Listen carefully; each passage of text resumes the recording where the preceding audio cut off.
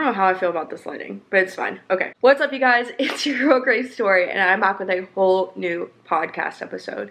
Today, we are going to be talking about crazy roommate stories. That's right. A couple weeks ago, I talked about crazy college stories, and I thought that since we're still kind of in the heat of like move-in and like college and whatever, we'll talk about crazy roommate stories. So I'm really excited to talk about this. There's really nothing else to fill you in with on this intro other than don't forget to follow, like, leave a rating, review, all those good things, because it really helps out the channel, the podcast, whatever you are listening on, and would mean the absolute world to me. And of course, it's free and takes like 2 seconds.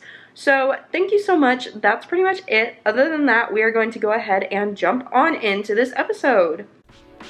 I'm Grace Story, and you're listening to That Girl, the podcast. Grab a beverage of choice and settle in, because the new episode is starting now. These are super old, like I'm talking 9-10 years old, but sometimes those are the best ones. It's on r/askreddit again. I've been getting a lot on r/askreddit lately. People just be asking out-of-pocket things. Was living in a house with a few people, and one left midway through the year, and the sublet they found was a messy guy. He was in a frat, and one day to make up for us cleaning up after him for the past few months, he announced he was making us Jell-O shots. That is classic. He spends the morning making them, and they sit in the fridge all day. There was a lot of them, and the roommate promised to clean the mess after he showered, so everyone in the house was happy. 20 minutes later, he's gone, and he left a mess in the kitchen and a single Jell-O shot for each of us. The rest were for his frat party that night. So the rest of the house banded together and came up with the idea of filling his entire room with balloons. And we did, the entire room. At about 3 a.m., he shows up with some girl and woke everyone up with the sound of drunk ramblings and popping balloons. But I want to know what happened for this. I want to know what, like, happened after. Like, that is gold. That is such a, like, this guy genuinely thought he was being so nice by leaving one Jell-O shot for each of you. I guarantee it. I guarantee it. And the fact that you, like fight fire with fire and just, like, put those balloons in there, comedy. I want to know what actually, like, I want to know, did he, like, throw all the balloons in the hallway and you had to pick them up? Like, did he just leave them there and leave? And did the girl stay? Like, I need an update on this. I once had a roommate who refused to use soap. Surprisingly, he didn't smell bad and had a fondness for roadkill. The phrase, "I'm going to tie dead shit to a stick and make a mobile," was uttered more than once. Legitimately best roommate I ever had. I don't understand how he didn't use soap and brought in roadkill and didn't smell bad. But hey, whatever, to each their own. Again, I need more context. I need a follow-up, but this is from 9 years ago. I shared an apartment with a girl when I was about 20, and I was really there. One day I phoned the home and told I was returning in about 4 days. I phoned in advance because she would have friends stay over, and I didn't want extra people over, so I wouldn't come and find a bunch of passed out people in my bed or on the couch or some shit. So the day I returned, I announced I'm home, but thought she wasn't home, so I sat on the couch about to turn on my TV when I hear faint moaning. I heard it from her room. At first, I thought maybe she was watching a movie and then began walking over, but then I hear the moaning increase and then a male moan. It then occurred to me that she might have a friend over. She was watching a self-love video. The sounds increased, so I crept over to my room and silently unpacked. Then I heard her door open and saw her and some guy making out. I didn't leave my room to avoid awkwardness. Fast forward about a month or so later, I went to her family get-together during Christmas, and she then introduced me to her male cousin. It was the guy she made out with. I'm sorry.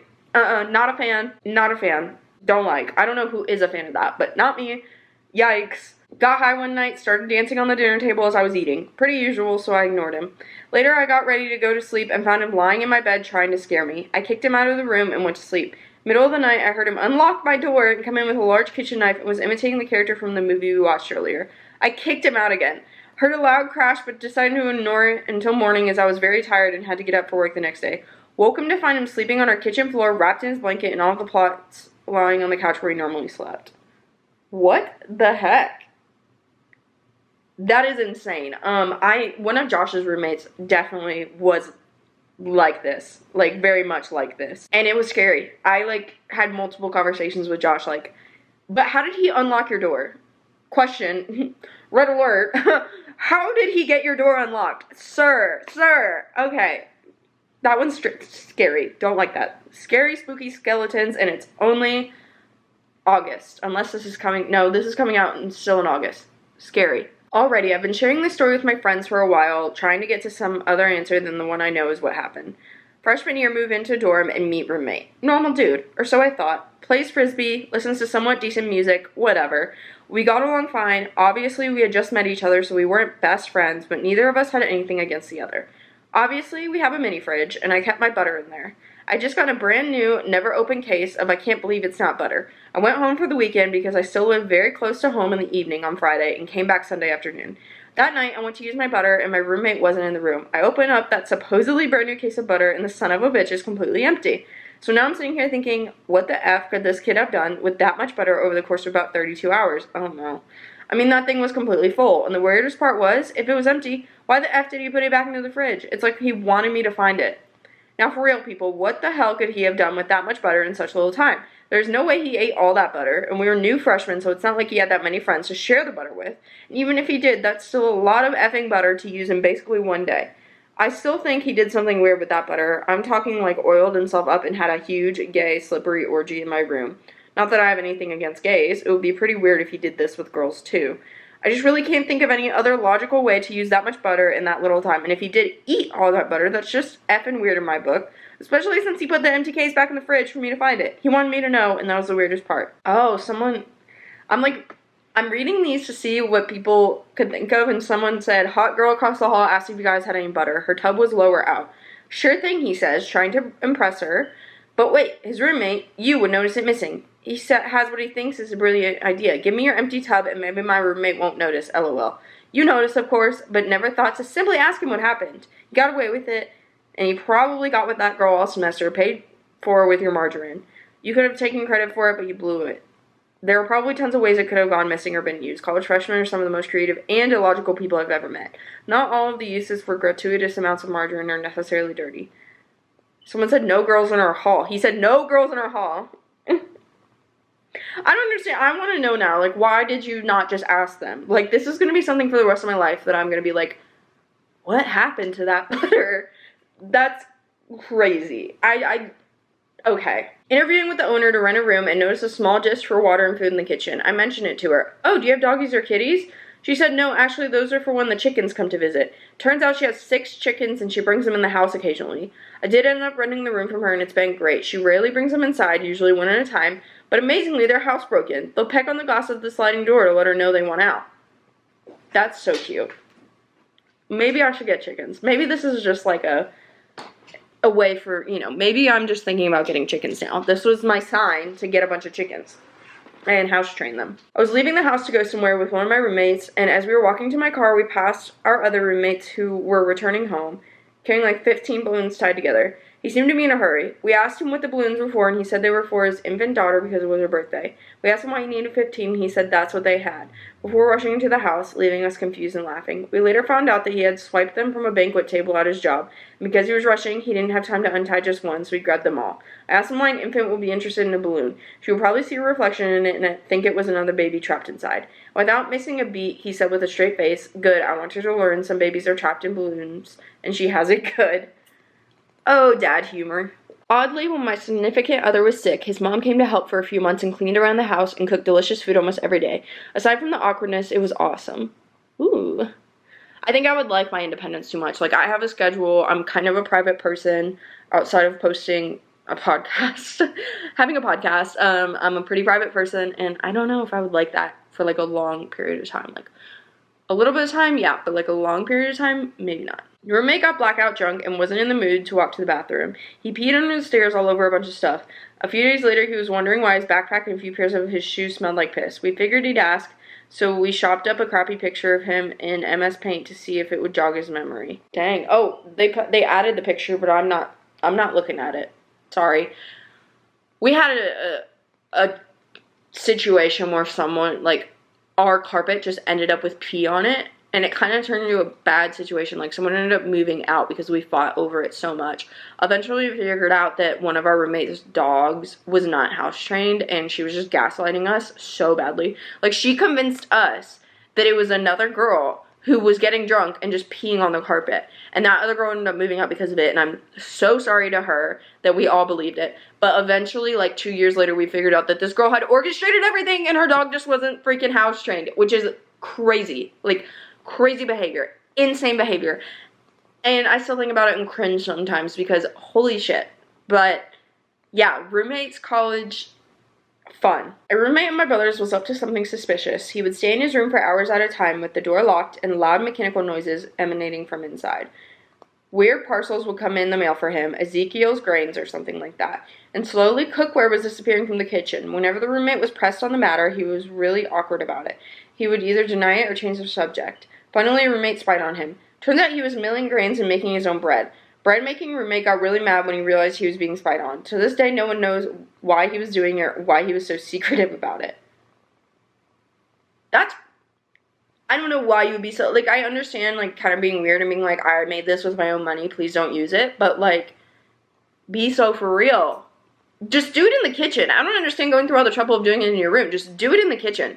I had a roommate lose something, a pen maybe, in the couch cushions, so we took the cushions off, retrieved his thing, then removed all the change. He then threw the pennies back. I asked him why he threw the pennies back, and he replied with money seeds and a chuckle. More dad humor, even though he's not a dad, question mark. So my camera died, so I had to take a little break, but I am now back and gonna finish these stories, just if like the lighting changed or anything like that, like the angle, I don't know, even the sound. That's what happened.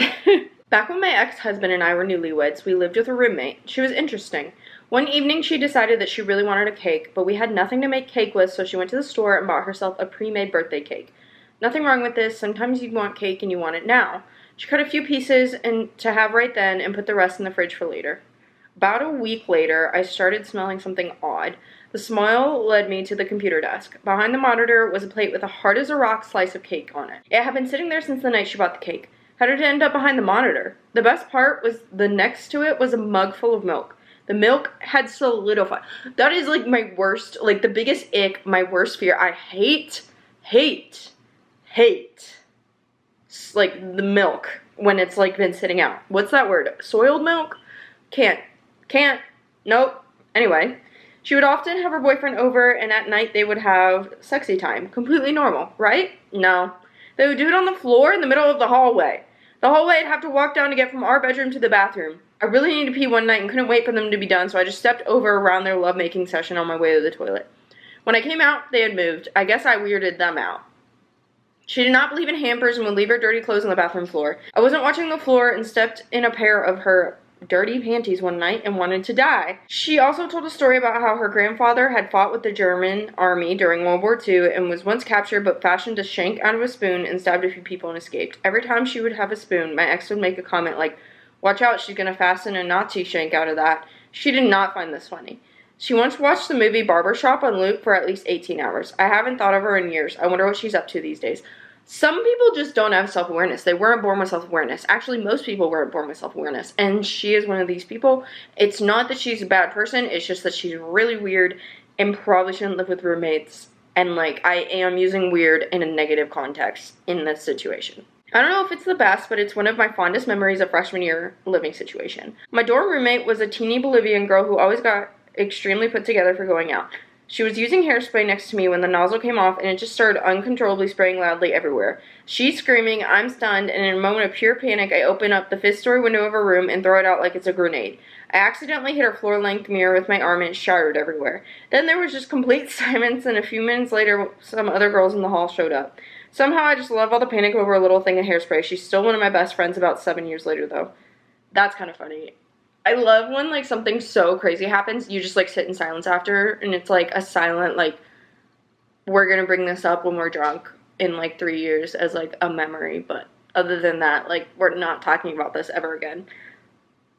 My first day of college, my sophomore roommate gave me a tender kiss on my forehead, ruffled my hair, and gave me the most sincere wish to have a great day, kiddo, and go get 'em.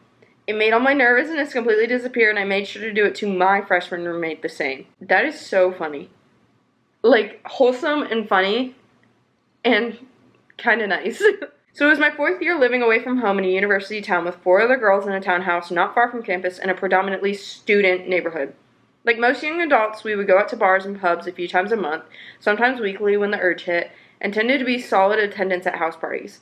One night, we all head to a friend's house for some pre-drinking and ended up going different ways after. A couple girls went to the bar, another roomie and her boyfriend went to his friend's place, and my boyfriend and I stuck around to hang out with the people at the first house. It's normal for us all to get home at different times, and I was used to getting home to find the door left unlocked by a careless drunk roomie, and tonight was no different. But this time when my boyfriend and I got in around 4 a.m., we found a guy passed out on the couch in the living room. He didn't have pants on, he was surrounded by food that he had clearly ransacked from our fridge, and was missing a shoe. I didn't recognize him, but wasn't alarmed. One of my roomies was a serious flirt when drunk, so I assumed she had led this poor dude on and then couched him. But instead, I just ranted my boyfriend about the food being mine before heading upstairs to bed. In the morning, I poked my head into the favorite roomie's room, the flirt, and we laughed about our hangovers and pledged to never drink again. I asked her about the dude downstairs, and she looked confused and said she didn't bring anyone home with her and thinks I'm bullshitting since she got in after the other roomies to her knowledge. So I go downstairs and look around the corner to see the dude still face planted on our couch, go back up and report that there's definitely a guy. In disbelief, she jumps up and checks it out for herself. We're laughing about it as we go ask around the other roomies about the guests, and they all answer with confused, "I have no fucking clue what you're talking about" statements. So now we're a little concerned, and my boyfriend's heads down and wakes the guy up. He's more confused than any of us and leaves stumbling out the door. As someone who lived in a student neighborhood housing where like all the parties were, it was very, very normal for someone to try and walk into our house, just like a guy, usually a guy. Once or twice it was like a group of girls, but usually it was a guy who was drunk and he stumbled in. It was also very common for like friends to text me, whether they were guy or girl, like, and be like, "Can I please stay on your couch?" because they were like partying next door or whatever. So I 100% believe this. He definitely just stumbled into the wrong house. Apparently I'm very quiet. Our apartment had a vanity area outside the bathroom, so as to not tie up the bathroom, everyone got ready there. One time I heard one of our roommates up getting ready for work at about 5 a.m. I remember something I had to tell him and got out of bed. You can see our door open from the vanity, so I assume he saw me. Nope, according to him it was like a horror movie. Everything fine in the mirror. Look down, look up, nothing has changed except a figure is now staring at you. He shrieked and couldn't decide if he wanted to run into the bathroom or back into his room, so he ended up running into the wall. I did that to him, and another roommate several times each, but him running to the wall did help put that one over the top. I'm someone who does that. Like, I'm very quiet when I walk from one place to the other, and I try not to scare people because I've done it so many times, but I still scare people. 14 hours straight Smash Bros. We took 3 food breaks, about 20 to 30 minutes each, 8 of us. That actually sounds like a lot of fun, and unfortunately Smash Bros. Kind of died down before my time, but that sounds like a good time. One of my roommates in college was a huge slob. Really, he was just a mess. Always skipped class, would sit and watch shows like MacGyver and Family Matters until 5 a.m. and then just sleep through the day. He would also work out a few days a week, so he wasn't completely unproductive. I lived with him for a year in a 2-bedroom apartment. He would never clean up after himself, and at first I would clean up a bit after him. Dishes, throwing out the trash, etc. After a couple of weeks of this, I realized that he wouldn't actually do anything on his own, so I decided to transition to paper plates and disposable cups. Because at least that would be easy to get rid of. No. He would literally stack used paper plates on top of the coffee table. He started drinking straight from 2 liters. He would wait until frozen dinners went on sale and would literally buy enough frozen meals to last him several weeks. He would even take them out of the box to make more room in the freezer. Well, throughout the course of the semester, he got progressively worse. I basically resorted to doing everything in my room. I would make something to eat and retreat back to my room. Once in a while, he'd ask if he could have some of what I made, and I agreed as long as he would clean up afterwards.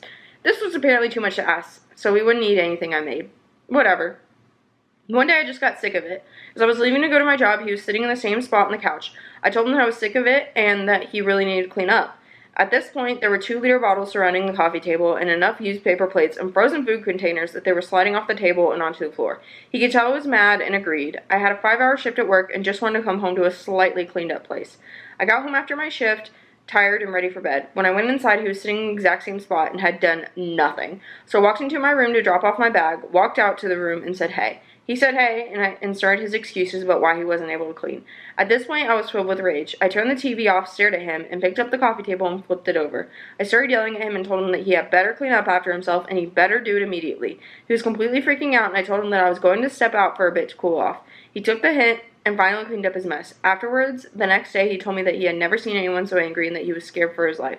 Once the year was done, I got the F out and never really talked to him again. I think he ended up failing a bunch of courses. I imagine he's sitting in his parents' basement right now. His room made out of used paper plates and used 2 liters. I know so many people like this, And guess what? They're all living with their parents, which is not a bad thing in this economy, but still, they're doing it without a job. They're not even trying. And yes, their rooms are messy. And it enrages me. It is a pet peeve of mine. I hate this specifically. I get it if you're going through something mentally, if you are overwhelmed with work and you can't do it all at once. There are a lot of good reasons. But no reasons, ooh, it pisses me off. I guess we'll do one more. My freshman roommate once brought me to a shady bar in the LES where he allegedly got waterboarded by its mobsterish owners for not paying his dues for some drugs. I don't know what the LES is. If you can comment and tell me what it is, please comment, because I don't feel like Googling. I didn't believe him, so he proceeded to call the cops to come. They verified all the evidence, cuffed the owners in front of all of us, and the bar has been shut down ever since. Pretty intense stuff for my first week of university. He used to steal my meds, beg me to give him cash, and he'd pay for my drinks through credit card and get his girls to strip tease for us in our dorm below. Dude ended up stealing my PS3 halfway through the year, and I reported him, getting him kicked out of the university. I ended up with the entire double suite to myself for the rest of the year. It was pretty sick, but not sure if it was worth the stress of the dude put me through. Nothing is worse than having a roommate that steals your stuff. Like, we had one that stole all of Josh's musical equipment, like guitars and everything. He was a music production major. And his snake. I still miss Nudes. I still miss him. But, yeah, that's a lot. He said it was Pace, so it was an NYU was Pace. That's intense. That is terrifying, and, yeah. Good one to end it on, though. A little crazy, a little kooky. Anyway, I hope you guys enjoyed this podcast episode. If you have any crazy roommate stories, feel free to share them below if you can. You can share on Spotify, by the way. You have a place where you can add comments. You just have to scroll down. And then obviously on YouTube you can. So I'm looking at you guys. Share those crazy roommate stories. I would love to read them. That is all, though. I hope you guys have a great rest of your week. And I will see you guys next Sunday with a new podcast episode. I love you so much. And I'll see you then. Bye.